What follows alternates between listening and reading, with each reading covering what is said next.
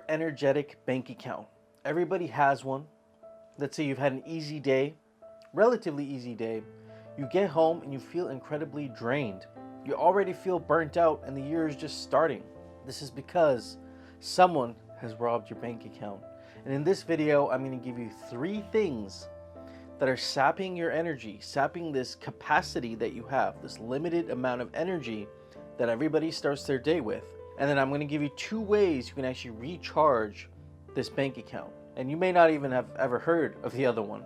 So with that being said, let's get right into the video. I first became aware of this as my career as a paramedic when I was still working 80, 90-hour work weeks. That's when it really became apparent to me that my capacity is limited no matter what. I mean, there are ways to expand it. For the most part, if I'm not doing anything active to expand it, the amount of energy I start with every day is finite. And you could say we spend energy scrolling on Twitter and going on Facebook and social media. That's all fine, but that's just a result of the day and age we live in. That's what we do.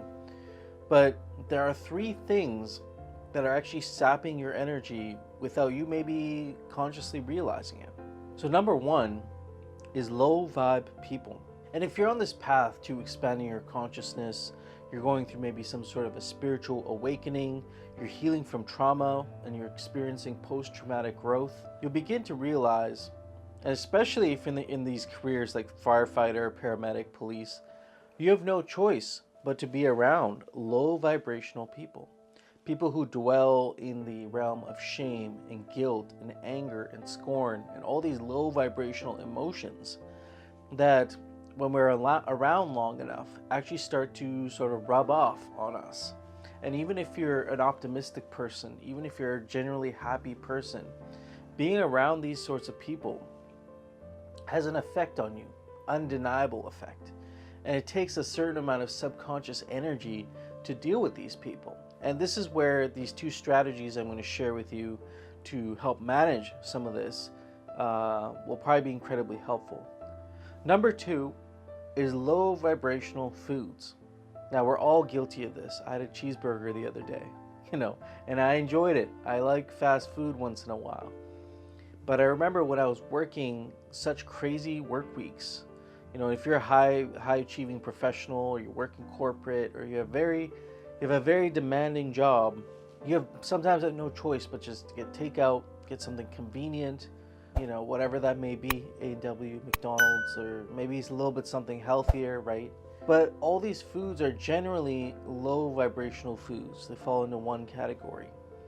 And the reason being is you are essentially what you eat. Like your body, around every 6 to 8 months, certain parts of your body, like your liver, fully regenerate themselves. But that is as a result of what you're feeding it, building those molecular structures. And so think about what foods you've been eating in the last week, right?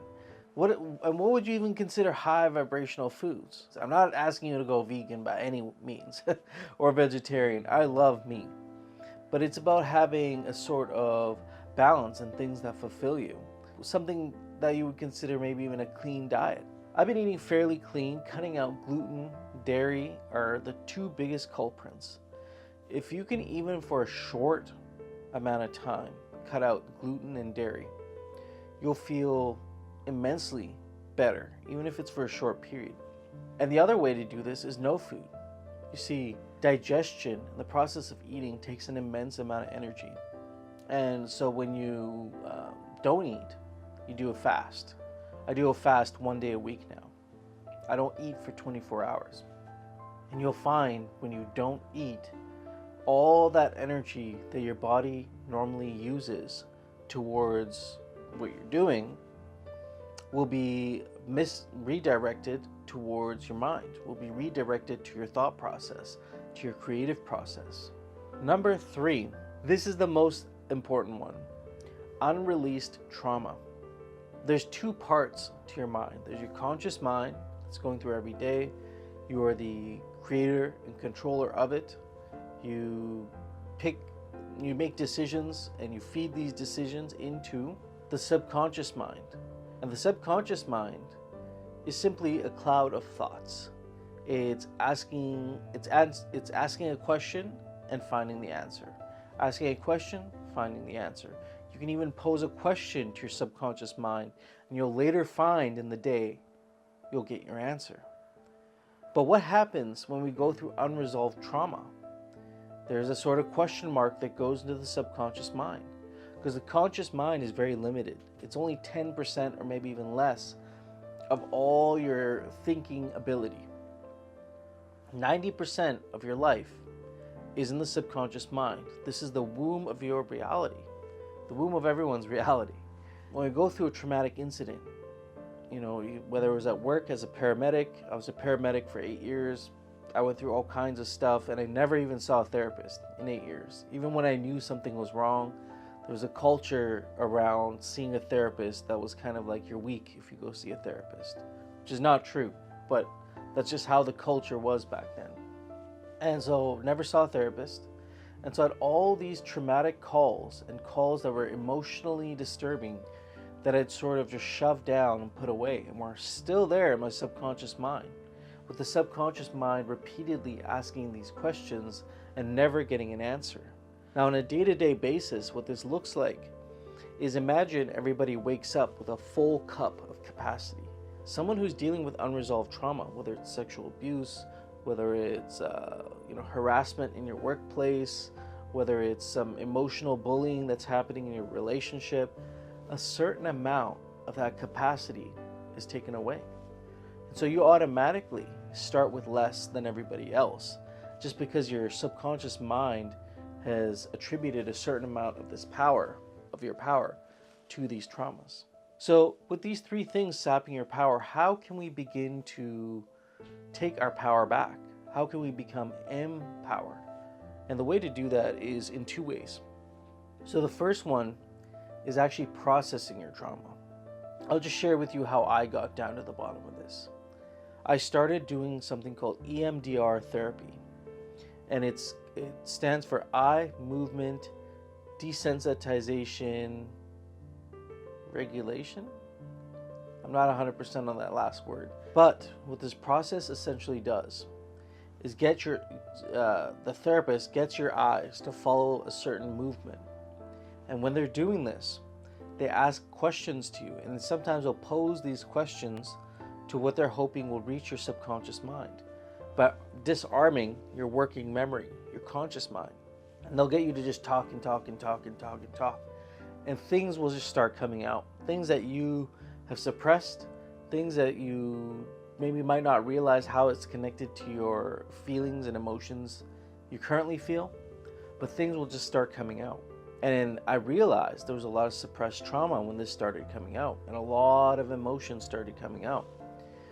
And so I went through this process of dealing with this. And one of the most helpful tools, I think I'll actually make a worksheet for it, but it's to use this thing called Socratic questioning. So you have certain beliefs that you hold that are oftentimes shaped by trauma in your environment. And we go through this process of actually questioning our beliefs. Like, think about it right now. What are some of the things you strongly believe about the world, that you strongly believe about yourself? And then question those. I challenge you to challenge them to see if they're actually true. Are you making a generalization? Are you going to extremes with it? And really examine these beliefs and see if they support your desired version of reality. The second one here is actually to follow the feeling. That's what I call it. You have an intuitive feeling inside of you of what you feel is going to serve you, what is right. Not coming from an egoic place, but something that you feel is going to actually expand you and make you better. And really start to make decisions based on those feelings. This could be foods that you're going to eat. Let's be honest. When you're going to go eat a cheeseburger for the 7th time in a week, you know what you're doing. You might feel good in the moment, but you know. And there's something called the RAS, the reticular activating system, which is like this big long word. It is a sort of magnifying glass mechanism in your brain that will look for the things that support your desired version of reality. So if you desire to eat more clean, if you actually make the intention today to start eating more high vibrational foods or going on a fast, your brain will begin to look for opportunities and will help you in that process. The subconscious mind will help you in that process to achieve those things. So at a high level, look at your traumas, follow the feeling, create some new intentions starting today, and begin following those intentions and see where this takes you. Subscribe to the channel if you're not already. Peace.